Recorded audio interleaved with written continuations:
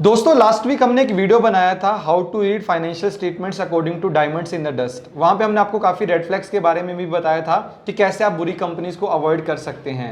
और इसका कंटिन्यूशन करते हुए आज एक हम आपको केस स्टडी के बारे में बताएंगे, the curious case of Cox and Kings, कि कैसे एक सक्सेसफुल कंपनी पूरे तरीके से बंद हो जाती है अगर आपने ध्यान से उस टाइम पर उन रेड फ्लैग्स को पकड़ा होता।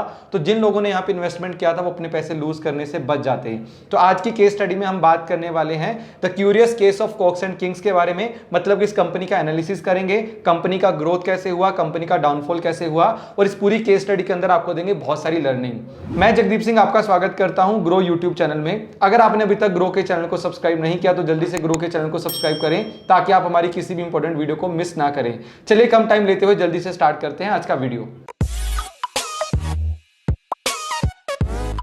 दोस्तों कॉक्स एंड किंग्स की स्टोरी स्टार्ट होती है 1980s में। 1980s के अंदर इनको परमिशन मिला था कि यहाँ पे दो कंपनीज थी, Cox and Kings agents, Cox and Kings India, कि कॉक्स एंड किंग्स एजेंट्स अपने बिजनेस को कॉक्स एंड किंग्स इंडिया को ट्रांसफर कर सकते हैं। इसके बदले में C&K इंडिया इनको 40% के शेयर्स देगा। इसके पीछे RBI का आइडिया था ताकि इंडियनाइजेशन की वजह से 60% शेयर्स इंडिया के अंदर रहने चाहिए।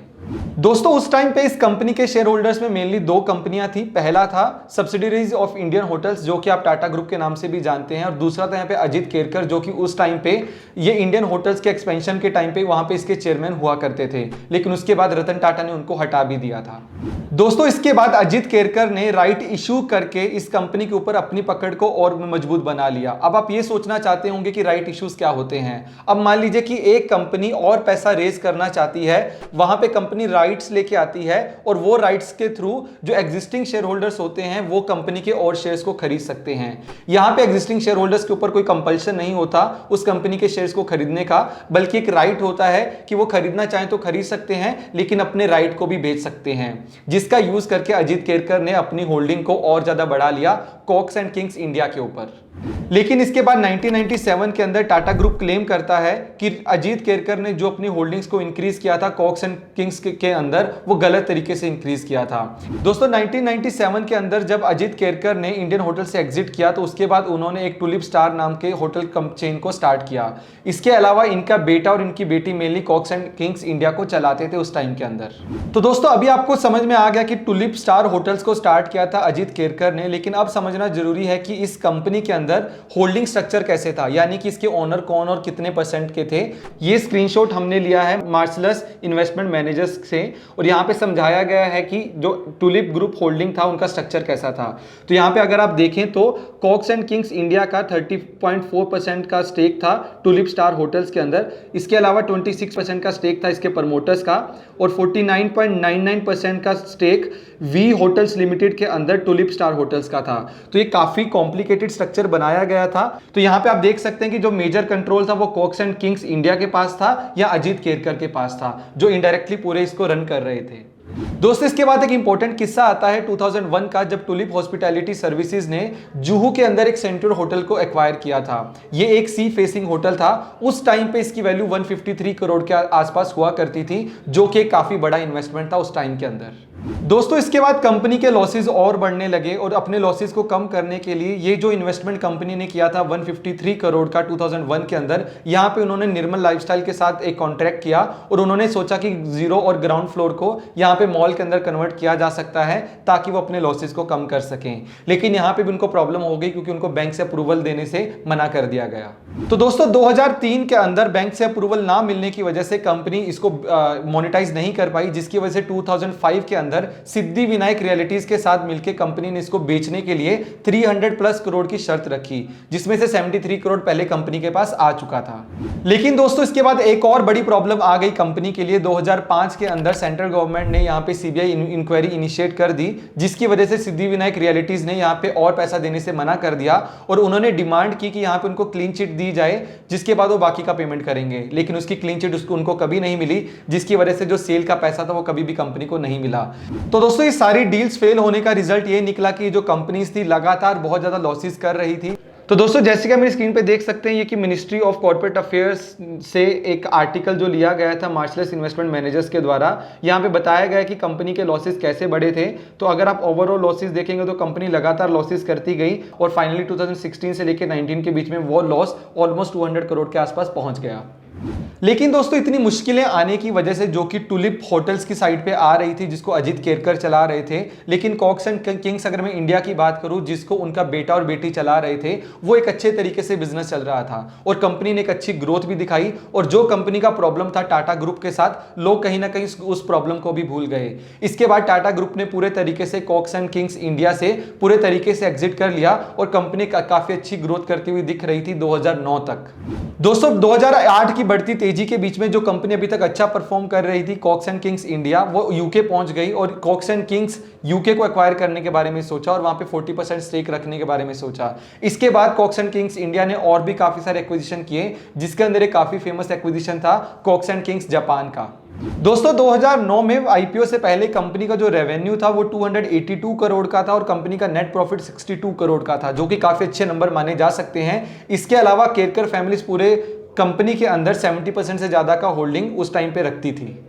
तो दोस्तों ये तो हमने अभी तक बात किया था कॉक्स एंड किंग्स इंडिया के ग्रोथ के बारे में। अब बात करते हैं इनका फॉल कैसे स्टार्ट हुआ। 2009 के अंदर जब कंपनी का आईपीओ आया था तो कंपनी ने 29% स्टेक बेच के 500 करोड़ से ज्यादा का पैसा रेज किया। दोस्तों आपको एक और इंटरेस्टिंग फैक्ट बताऊं तो इस कंपनी का जो आईपीओ था उस टाइम पे 6 टाइम ओवर सब्सक्राइब हुआ था और इसको एक सक्सेसफुल आईपीओ माना गया था।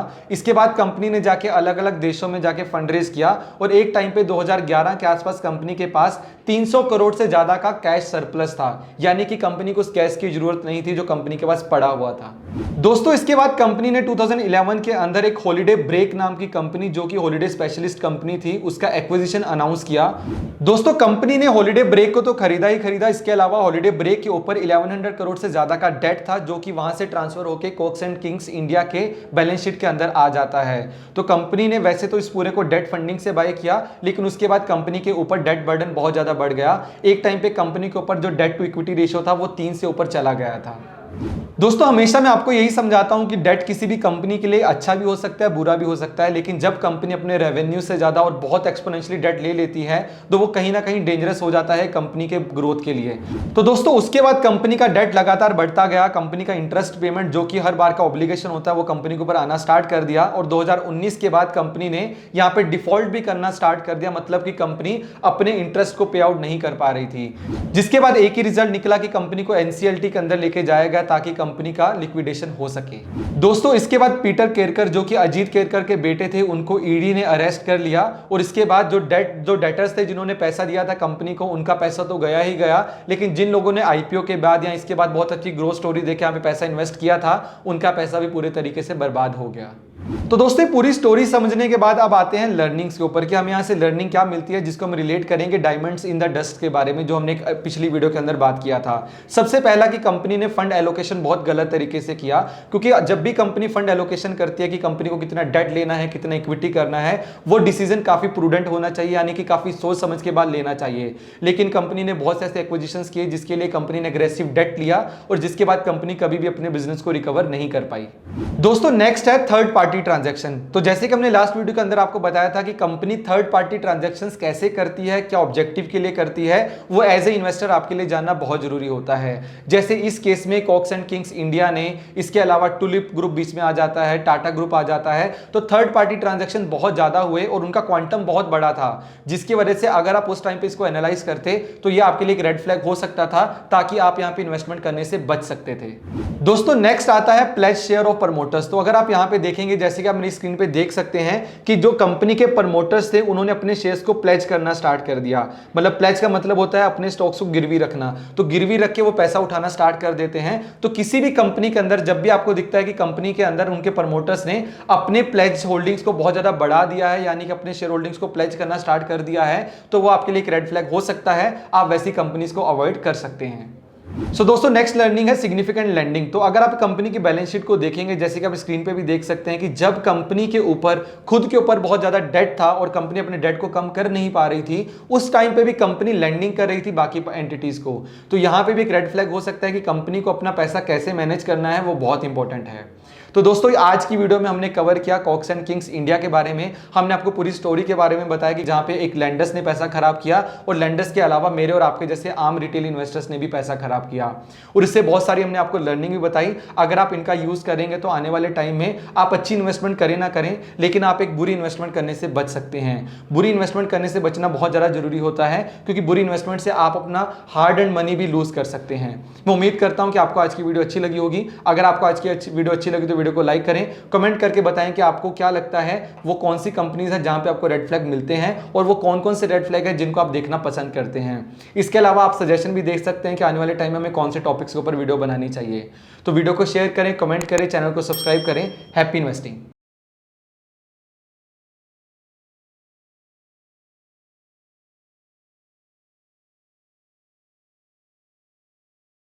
Investment in securities market are subject to market risks. Read all the related documents carefully before investing. Please read the risk disclosure documents carefully before investing in equity shares, derivatives, mutual fund, and or other instruments traded on the stock exchanges.